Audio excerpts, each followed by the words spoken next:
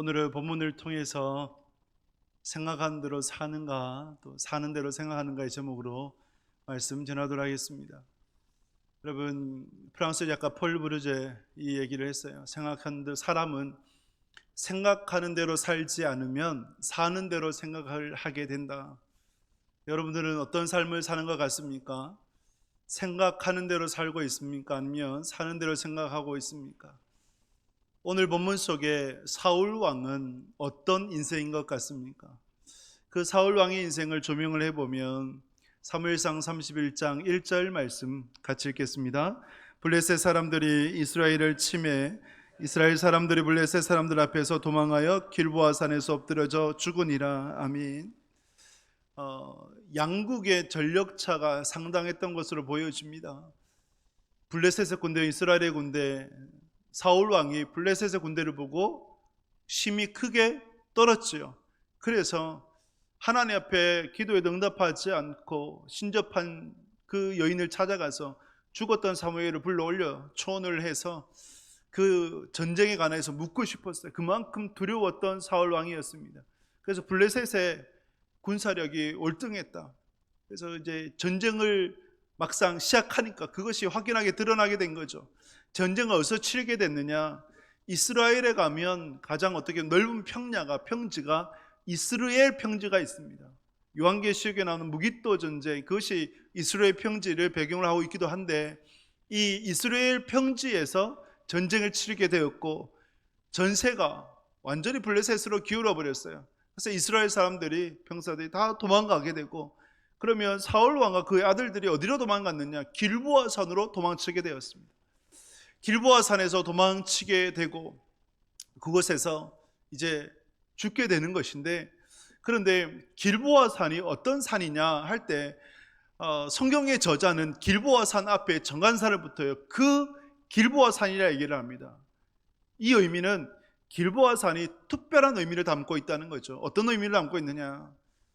이전에 드보라와 바락이 시스라 군대를 물리쳤던 곳이 바로 길보아 산이에요. 그리고 기드온이 미디안의 군대를 물리쳤던 것이 바로 길보아 산이에요. 그러면 길보아 산은 어떤 곳입니까? 승리의 아이콘. 하나님이 승리를 안겨다 주신 곳이 바로 길보아 산입니다. 그런데 지금 사울 왕의 길보아 산은 패전의 길보아 산이요, 죽음의 길보아 산이 되어버립니다. 차이가 뭘까요? 그 차이는 하나님이 함께 하시는가, 하나님이 함께 하시지 않는가인 것이죠. 하나님이 함께 하시면 이스라엘은 100% 승리입니다. 할렐루야. 100% 승리예요. 반면에 하나님이 함께 하시지 아니하면 100전 100패예요. 그러니 사울 왕 하나님께서 함께 하시지 않지 않습니까? 패할 수밖에 없던 것이죠. 그래서 31장 3절에는 이렇게 기록을 해요. 같이 읽겠습니다. 사울이 패전함에 활 쏘는 자가 따라잡으니 사울이 그 활 쏘는 자에게 중상을 입은지라. 아멘. 사울이 패전함에, 이 단어를 직역을 하면 사울 쪽으로 공격이 맹렬하였다가 됩니다. 의도적으로 블레셋의 병사들이 사울 쪽으로 공격을 맹렬하게 했을까 할 때에 사울이 왕인지 정확히 몰랐던 것 같아요. 왜냐하면 사울이 죽고 난 후에 그의 갑옷을 벗고 보니까 왕이었다는 것을 알았지 않습니까? 만약에 전쟁 중에 사울이 왕이라는 것을 알고 타겟을 잡아서 맹렬히 공격을 했다 그러면 사울이 죽었다는 것을 알게 되면 어떻게 하겠습니까? 당연히 전쟁은 블레셋이 승리하는 거니까 잠시라도 빨리 그 사울 왕의 죽음을 확인하고 싶었을 거 아니에요. 근데 그렇지 않았던 것을 보게 되면 사울 왕인지 몰랐다. 그러나 공격하다 보니까 사울 쪽으로 맹렬하게 공격을 하게 되었다는 것이죠. 하나님의 사울을 향한 심판, 하나님의 섭리라고 할 수가 있는 것이죠. 아합 왕과 동일해요. 아합 왕을 보게 되면 여러분, 북이스라엘의 가장 악한 왕이었던 아합 왕이 있지 않습니까? 그 아합 왕을 보게 되면 아합 왕이 암몬과의 전쟁 가운데 이렇게 성경 기록해요. 무심코 쏜 병사의 활이 아합 왕의 갑옷 솔기에 명중하였더라. 갑옷 솔기가 어디냐면 갑옷과 갑옷 사이의 빈틈이에요. 그런데 여러분, 활을 쏘아가지고 갑옷과 갑옷 사이 빈틈에 명중시킬 확률은 마치 로또의 확률과 똑같아요. 벼락이 맞을 확률이에요. 전혀 가능성이 없어요. 그런데 그 솔기를 뚫고 아합이 명중되어져서 아합이 죽게 되었다. 이는 아합을 향한 하나님의 심판인 것이죠. 사울을 향한 심판을 통해서 사울이 그 전쟁 가운데 죽게 되었다라는 것이에요.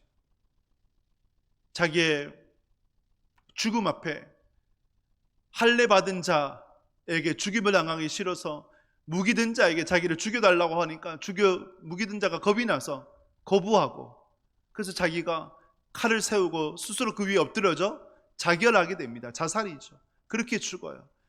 전쟁이 다 그치고 블레셋의 병사들이 이제 시신을 수습을 하는데 갑옷을 벗겨보니까 사울 왕과 그 세 아들이 죽어 있는 거예요. 그래서 그 목을 잘라가지고 시체를 벳산 성벽에 달아버려요. 얼마나 끔찍한 일입니까? 그리고 나라에는 수치스러운 일이에요. 한 왕이 죽어서 그렇게 성벽에 걸려 있다. 아무도 그 왕의 시신을 수습하지 못하고 있을 때 길르앗 야베스 사람들이 찾아가서 위험을 무릅쓰고 찾아가서 그 시신을 수습을 해 장례를 치르고 그 뼈를 에셀나무 아래에 묻고 7일 동안 애곡을 하게 돼요. 왜 그러면 길르앗 야베스 사람들은 사울 왕의 시신을 수습을 해서 장례를 치러줬느냐? 여러분, 사무엘상 11장에 보게 되면 사울 왕이 왕으로서 피택을 받고 난 이후에 처음 치른 전쟁이 암몬과의 전쟁이고, 그 전쟁 가운데 누구를 구해줬느냐? 길르앗 야베스 사람들이 위험에 처해 있다라고 그 소식을 듣고 곧장 달려가서 그들을 구해줬어요. 그러니까 길르앗 야베스 사람들은 사울 왕이 자기에게 베풀어준 은혜를 잊지 않고 있었던 거죠. 조금이라도 그 은혜를 갚고자 사울 왕의 시신을 수습을 해서 장례까지 치러줬던 것이죠. 이것이 오늘 본문이에요. 사무엘상 31장입니다. 사실 사무엘 말씀은, 사무엘 상하는 사무엘 상하로 원래의 히브리어 성경에는 나누어져 있지 않습니다. 그냥 사무엘서예요. 그런데 이 우리나라에 번역을 하면서 사울 왕의 죽음을 기점으로 해서 사무엘상, 사무엘하 두 권으로 나누어 나왔을 뿐입니다. 오늘 본문을 보게 되면 결국 사울 왕의 인생은 생각한 대로 살았던 자가 아니라 사는 대로 생각하였던 자입니다. 그러면 사는 대로 생각했던 사울 왕의 삶이 무엇입니까? 왕이 된 이후에 왕의 맛을 봤어요. 권력의 맛을 봤어요. 그래서 그 평생에 이 왕위를 어떻게 하면 지켜낼까, 여기에만 혈안이 되었던 사울 왕이었습니다. 그래서 사는 대로 생각한 거예요. 사는 대로 생각한 것은 다른 것 아니거든요. 내 욕심에 따라, 내 생각에 따라, 내 정욕에 따라 살아가는 것, 그것이 사는 대로 생각하는 거예요. 그래서 왕위를 지키고 싶어서 다윗까지 죽이려고 했고, 신접한 여인을 찾아가서 죽었던 사무엘조차도 불러올리고 싶고 했고, 가장 큰 것, 하나님도 버렸던 사울 왕이었습니다. 그래서 사울 왕은 왕권을 자신의 세상의 이 정욕을 지키기 위해서 무엇이든지 할 수 있었던 사람, 수단과 방법을 가리지 않았던 사람이 바로 이 사울 왕이었어요. 사는 대로 생각했던 사람. 여러분들은 어떠세요? 여러분들은 생각한 대로 살고 계십니까? 아니면 사는 대로 생각하고 있습니까? 내 생각, 내 계획, 내 욕심을 따라 살아가고 있지 않습니까? 우리는 사울 왕과 같이 사는 대로 생각하는 자가 아니라 생각하는 대로 살아가실 수 있는 복된 인생들 꼭 되실 수 있기를 주님의 이름으로 축복합니다. 생각하는 대로 사는 인생이란 무엇이겠습니까? 그것을 블레이즈 파스칼이 잘 설명을 했어요. 팡세라는 책을 보게 되면 블레이즈 파스칼이 인간은 흔들리는 갈대이다 라고 얘기했지 않습니까? 그렇죠. 인간은 흔들리는 갈대죠. 갈대처럼 흔들려요. 물질의 시험이 오고, 건강의 시험이 오고, 그리고 관계의 시험이 오면 내 남편, 내 아내로 말미암아 속 썩으면 어떻습니까? 그 인생의 파도 가운데 우리는 작은 돛담배, 망망대해에 떠있는 작은 돛담배밖에 되지 않아요. 작은 파도에도 우리는 흔들리죠. 그래서 남편 때문에 아내 때문에 속을 썩이며 흔들려요. 살아야 되나 말아야 되나 이런 고민도 해요. 그렇지 않습니까? 자녀 바라보며 살았는데 그 자녀가 근데 내 생각 내 계획대로 되지 않아. 방황해. 원하는 대로 삶을 살지 않아. 그런 자녀들을 바라보면 인생이 흔들리죠. 또 관계에 어려움이 있으면 참 어렵고 힘겨운 인생 우리가 살아가게 됩니다. 이러한 흔들리는 갈대와 같은 우리네 인생인데, 그런데 파스칼은 여기에서 한 가지 더 붙이거든요. 인생은 흔들리는 갈대와 같다. 그러나 생각하는 갈대이다. 생각한다. 무엇을 생각하는 것일까요? 여호와 하나님을 생각을 하는 거예요. 그래서 히브리서 6장 19절에서 이렇게 말씀을 합니다. 같이 읽겠습니다. 우리가 이 소망을 가지고 있는 것은 영혼의 닷 같아서 튼튼하고 견고하여 휘장 안에 들어가나니. 아멘. 이 소망을 가지고 있는 것은, 이 소망이 뭘까요? 여호와 하나님을 향한 경외. 이것이 우리가 가지고 있는 소망이에요. 이 소망은 우리 영혼의 닻이 된다.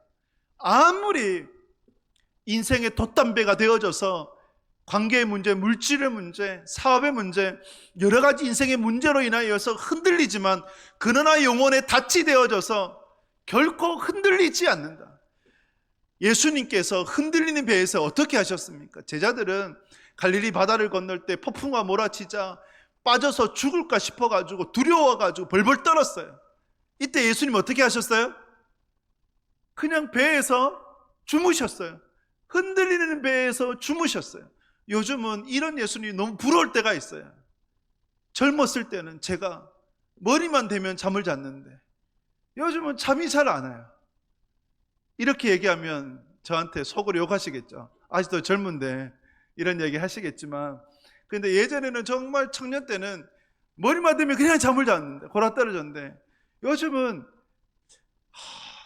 빨리 좀 편안하게 잠을 자고 싶다 이런 생각을 가질 정도로 잠이 잘 안 와요. 그런 때를 보내게 되면 참 힘들지 않습니까? 예. 그래서 그렇게 흔들리는 배에서도 잠을 잘 수 있었던 예수님 보면 부럽지요. 그런데 여러분, 우리네 인생 가운데서도 아무리 세상이 요동치고 사람들이 변한다 하더라도 예수님처럼 무슨 그런 일이 있었느냐 싶을 정도로 평안해요. 할렐루야. 평안해요. 누가요? 영혼의 닻을 여호와 하나님을 경외하는 생각으로 말미암아 하나님께 내린 사람은 평안한 거예요. 여러분들 안에 이 평안이 있기를 주님의 이름으로 축복합니다. 이 영혼의 닻은 튼튼하고 견고하여서 우리를 휘장 안으로 인도를 해요. 휘장이 뭡니까? 지성소잖아요. 여호와 하나님이 계신 곳이잖아요. 여호와 하나님께로 우리를 인도하니까 우리가 요동치 않는 거예요. 우리에게는 이것이 필요한 것입니다. 그런데 사는 대로 생각을 하면 이 평안함이 없어요. 생각하는 대로 살고자 할 때 우리 안에 이 평안이 있는 것이죠.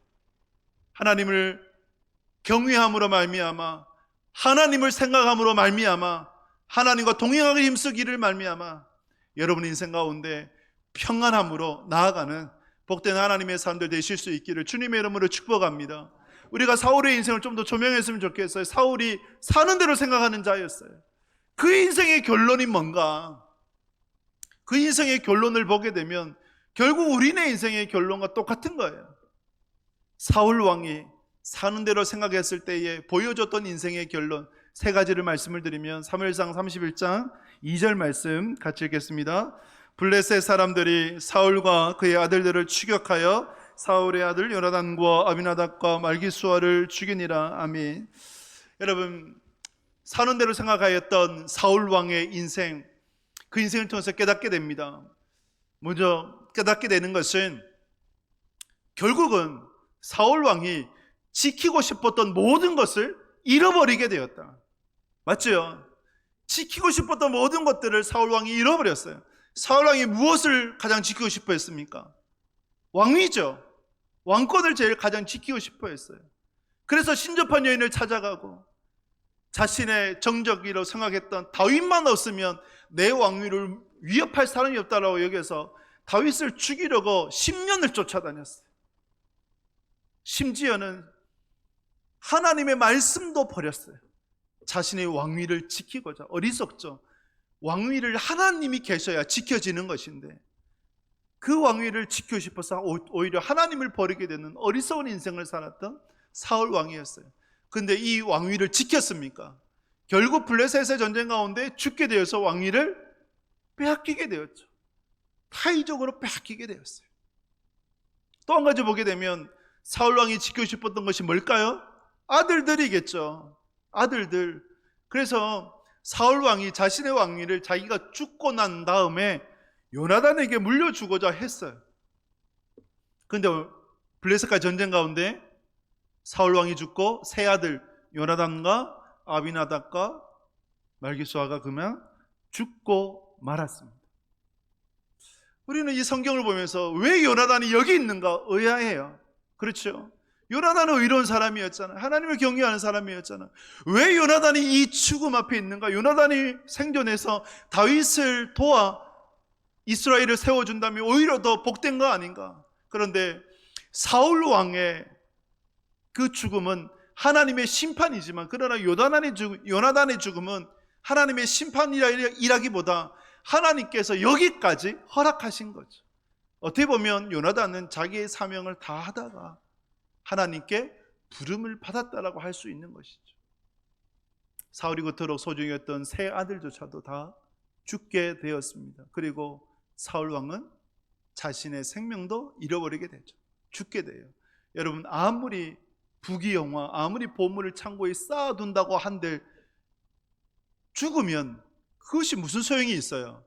무용지물이잖아요. 그렇지 않습니까? 무용지물이에요. 그래서 여러분, 어리석은 부자의 이야기 여러분 잊지 마시기 바랍니다. 부자가 농사를 짓고 정말 창고에 가득, 그 창고가 부족해서 다른 창고를 또 지을 정도로, 그래서 자기 영혼에게 말을 하죠. 내 영혼아, 이제 이 양식이 이렇게 차고 넘쳐나니까 편히 먹고 편히 쉬고 즐기자라고 합니다. 이때 예수님께서 뭐라고 말씀하시냐? 그 어리석은 부자에게 내 생명을 오늘 도로 찾으면 그 재물은 누구의 것이 되겠느냐? 여기서 잊지 말아야 될 것은, 예수님께서 비유로 말씀하실 때 어리석은 부자에게 생명에 관해서 무엇이라 말씀하셨습니까? 너의 생명을 도로 찾으면, 누가 찾으신다는가요? 하나님이 찾으신다는 거예요. 이 생명의 주권이 누구한테 있다는 건가요? 하나님께 있어요. 할렐루야. 여러분들의 생명의 주권이 하나님께 있어요. 오늘이라도 하나님께서 우리를 부르실 수 있어요. 우리는 이 마음으로 살아가야 되는 것이죠. 그러면 나의 것은 무엇이 되겠는가? 그래서 여러분, 사울 왕한테서 깨닫게 되는 것, 아무리 우리가 지키고 싶은 많은 것들이 있어요. 그토록 지키고 싶은 것들, 그토록 지키고 싶었던 그 명품백, 그렇지 않습니까? 그토록 내가 좋아하는 옷, 한국의 그리스도인들이 제일 사랑하는 거 세 가지 뭡니까? 하나님 사랑하고, 그 다음에요 가족 사랑하고, 다음은요 돈을 사랑하고. 여기서 돈 싫어하시는 분 있어요? 없잖아요. 저도 돈 좋아해요. 돈 싫어하는 사람 아무도 없어요. 그런데 문제는 뭐냐면 이렇게 가족을 사랑하고 돈을 사랑해요. 세상의 것들을 사랑해요. 그런데 내 생명을 하나님께서 오늘 도로 찾아가시면 어떻게 하겠냐 말이죠. 아무것도 아니에요. 그래서 여러분 깨달으셔야 돼요. 여러분들이 세상에서 그토록 지키고 싶은 것들은 아무것도 지킬 수 없어요. 다 내려놓게 돼요. 어리석은 부자 뭐가 없었어요? 함께, 예를 들면 내 영혼아 먹고 쉬고 즐기자, 그럴 수 있죠. 또 그래야 되죠. 그런데 거기에 뭐가 빠졌을까요? 하나님이 빠진 거예요. 하나님과 함께 먹고 하나님과 함께 즐기고 하나님과 함께 쉬자.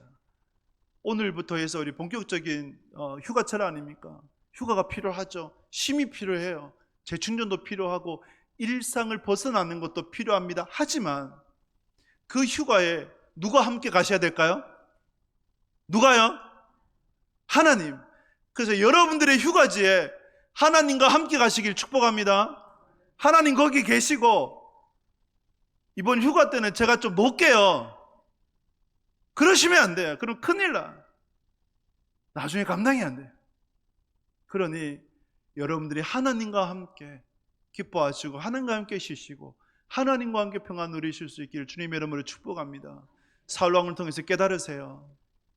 여러분들이 그토록 지키고 싶어하는 세상의 것들 단 하나도 여러분들이 지킬 수 없어요. 그것을 깨달으시고 이것이 사는 대로 생각하는 삶의 결론입니다. 두 번째로, 사는 대로 생각하면 어떤 일이 이루어지는가, 결론이 무엇인가 할 때 사무엘상 8장 4절 5절 말씀 같이 읽겠습니다. 이스라엘 모든 장로가 모여 라마에 있는 사무엘에게 나아가서 그에게 이르되 보소서 당신은 늙고 당신의 아들들은 당신의 일을 따르지 아니하니 모든 나라와 같이 우리에게 왕을 세워 우리를 다스리게 하소서 한지라. 아멘. 자, 여러분 보십시오. 사울 왕 누가 세웠습니까?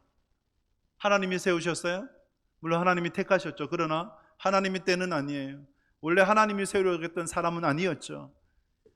이스라엘 장로들이 사무엘에게 찾아와 가지고 더 이상 하나님의 통치를 받기 싫다, 하나님이 세우신 사사 원치 않는다, 세상 나라처럼 남처럼 살고 싶다, 그래서 왕을 세워달라 요구한 거예요. 그 요구에 따라서 세워진 이가 사울 왕이었던 거예요. 원래 하나님도 왕을 세우려고 하셨어요. 그러나 지금은 아니었죠.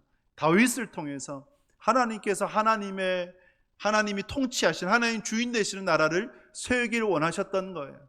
그런데 인간이 기다리지 못하고 찾아와 가지고 남들처럼 살고 싶다라는 마음으로 왕을 요구했던 것이죠. 인간이 구한 왕의 결론이 뭡니까? 결론은 실패잖아요. 어떻게 블레셋과의 전쟁 가운데 패해서 죽고 그 시체 목은 잘리고 그 시체는 성벽에 걸려서 온 나라의 모욕과 수치를 보여줄 수 있는 것입니까? 이럴 수는 없잖아요. 그래서 이것을 통해서 우리가 깨달아야 될 것은 내 생각은 결코 이루어질 수 없다. 인생에 내 생각대로는 절대 되지 않는다라는 것을 우리가 잊지 말아야 합니다. 가데스 바네아에서 주님께서 보여주셨어요. 가데스 바네아에서 하나님의 말씀에 순종했다면 가나안 땅에 여러분 4일이면 들어가요. 4일이면. 그런데 불순종하니까 몇 년이 걸렸어요? 정확히는 38년, 대략 40년이 걸렸는 거예요. 그래서 여러분 순종하면 4일이고 불순종하면요 40년이에요. 여러분 어느 길을 택하시겠어요? 4일을 택하시겠어요? 40년을 택하시겠어요? 4일이잖아요. 내 생각대로 살아가면 40년이에요. 그럼 하나님 생각대로 살아가면 4일이면 돼요. 내 생각대로 살아가면 40년, 하나님의 말씀에 순종하면 4일이라는 형통의 삶을 살아가요. 그러니 여러분의 생각대로 살아가려 하지 마시고 하나님을 생각하며 하나님의 뜻을 따르는 여러분들의 인생 꼭 되실 수 있기를 주님의 이름으로 축복합니다. 근데 이것이 쉽지 않아요. 마치 저는 그것과 같다 생각해요. 새가 여러분 알을 깨고 나와야 나는 법을 배우죠. 그죠? 나는 법을 배우고 난 이후에 하늘을 창공을 가르며 아름다운 날개짓을 할 수 있는 거예요. 만약에 알 안에 있으면 어떻게 될까요? 나는 법도 배우질 못하고 알 안에 있으면 썩어요. 썩어 죽게 되죠. 그런데 알을 깨고 나오는 것은 정말 힘듭니다. 어려워요. 하나님의 말씀을 지키며 살아간다는 걸 저는 이와 같다고 생각합니다. 결코 쉽지 않습니다. 포기할 것도 있고 헌신해야 될 것도 있고 또 세상에 부딪혀야 될 장벽들이 많아요. 하지만 그 장벽들을 뛰어넘고 그 허물들을, 그 알들을 부수어 나아갔을 때에 우리는 아름다운 신앙의 날개짓을 할 수 있는 거예요. 그러니 여러분 내 생각대로 살려고 하지 마시고 하나님 생각대로 살아가기를 힘쓰는 복된 믿음의 사람들 꼭 되실 수 있기를 주님의 이름으로 축복합니다. 사는 대로 생각했던 사울 왕의 인생의 결론 마지막이 무엇이냐? 허무함이에요. 허무함. 사무엘상 31장 4절 5절 말씀 같이 읽겠습니다. 그가 무기를 든 자에게 이르되 내 칼을 빼어 그것으로 나를 찌르라. 할례 받지 않은 자들이 와서 나를 찌르고 모욕할까 두려워하노라 하나 무기를 든 자가 심히 두려워하여 감히 행하지 아니하는지라. 이에 사울이 자기의 칼을 뽑아서 그 위에 엎드려지매 무기를 든 자가 사울이 죽음을 보고 자기도 자기 칼 위에 엎드려져 그와 함께 죽으니라. 아멘. 여러분 사울이 적군의 병사에 쏜 화살에 맞으자 중상을 입게 되고 더 이상 자기가 살 수 없다고 생각을 했습니다. 살아도 사는 것이 아니다. 왜? 만약에 왕이 적국의 포로가 되면 수족이 잘려요. 그 당시에 수족이 잘려가지고 적국의 왕의 상에 짐승처럼 기어다니게 되고, 그리고 그 적국의 왕이 던져준 음식을 핥아가면서 개처럼 돼지처럼 살아야 되는 것이 포로된 왕의 신세였습니다. 사는 것보다 죽는 것이 훨씬 낫다 생각할 만하죠. 그래서 자기가 중상을 입고 난 다음에 자기 무기든 자에게 죽여달라고 한 거예요. 근데 무기든 자가 그것을 못했죠. 이 사람이 누구이냐? 유대 전승의 도액이라고 얘기해요. 도액이 누구냐면 사울 왕이 놉 땅에 제사장 85명을 죽일 때 그 죽였던 사람이 바로 도액이었다라고 얘기를 해요. 도액이 겁이 나서 왕을 죽이지 못하자 사울 왕이 어떻게 했어요? 칼을 세워두고 그 위에 엎드려서 죽어요. 이게 뭡니까? 자살이죠. 자살은 범죄입니까? 범죄이죠. 내 생명의 주권이 누구한테 있어요? 하나님께 있어요. 자살은요, 자기 자신을 죽이는 거잖아요. 이것도 살인이에요. 나 자신을 살인하는 거죠. 내 생명이라 하더라도 주인이 내가 아니에요. 하나님이 되세요. 그러니까 그리스도인들은 절대 자살을 생각을 하면 안 됩니다. 또 행해서도 안 되고요. 요한계시록 21장 8절에서 이렇게 말씀을 합니다. 같이 읽겠습니다. 그러나 두려워하는 자들과 믿지 아니하는 자들과 흉악한 자들과 살인자들과 음행하는 자들과 점수가들과 우상 숭배자들과 거짓말하는 모든 자들은 불과 유황으로 타는 못에 던져지리니 이것이 둘째 사망이라. 아멘. 여기에서 불유황에 던져질 사람들이 누구이냐 할 때에 살인자라고 얘기해요. 살인자. 그렇다면 자기 자신을 죽인 자도 살인자잖아요. 그리스도인은 그 어떤 일이 있어도 자살을 생각을 하면 안 됩니다. 그 어떤 일이 있어도. 그래서 여러분, 그리스도인은 견뎌내야 되는 거예요. 인생을 살아가다 보면 죽고 싶은 상황이 있죠. 그렇죠? 죽고 싶은 상황이 있어요. 고통스러운 상황이 있어요. 죽고 싶은 상황, 고통스러운 상황이 있다 하더라도 그리스도인은 그것을 견뎌내야 됩니다. 그러니 여러분들의 인생 가운데 아무리 힘들어도, 아무리 고통스러워도 하나님 바라보면서 참고 견뎌낼 수 있는 여러분들 꼭 되실 수 있기를 주님의 이름으로 축복합니다. 결국 사울 왕의 인생을 보게 되면 자살로 마감해요. 이것을 한 단어로 한다면 허무함이죠. 성경에서 지혜 문학이 있어요. 지혜 문학이라고 하는 것은, 지혜는 성경에서 욥기, 잠언, 전도서가 되어집니다. 이 지혜 문학에서, 특히 전도서에서 말씀하는 것은 인생의 허무함인데, 전도서 1장 2절에서 이렇게 말씀을 합니다. 같이 읽겠습니다. 전도자가 이르되 헛되고 헛되며 헛되니 모든 것이 헛되도다. 아멘. 헛됨이에요. 이것을 히브리어로 헤벨이라고 얘기를 해요. 헤벨이 뭐냐? 마치 숨을 쉬는 것 같은데 숨은 무의식적으로 쉬어지는 거지 않습니까? 그래서 있는 듯 없고 없는 듯 있는 것이 헤벨, 허무함이라는 거죠. 마치 아지랑이 비유. 아지랑이가 피어오르는데 보입니까? 잘 안 보이죠? 없는 듯 있는 듯, 있는 듯 없는 듯. 안개, 아무리 안개가 자욱해도 해가 뜨면 그 안개는 사라져요. 이것이 우리네의 인생이다. 자랑할 것도 없고 아쉬울 것도 없고 미련을 둘 필요도 없다. 그러나 이 인생 가운데 가장 중요한 것이 뭐겠습니까? 헛된 인생이지만, 그러나 하나님이 세우시는 인생이 된다면, 하나님이 지켜주시는 인생이 된다면 그 인생은 복된 인생이 된다.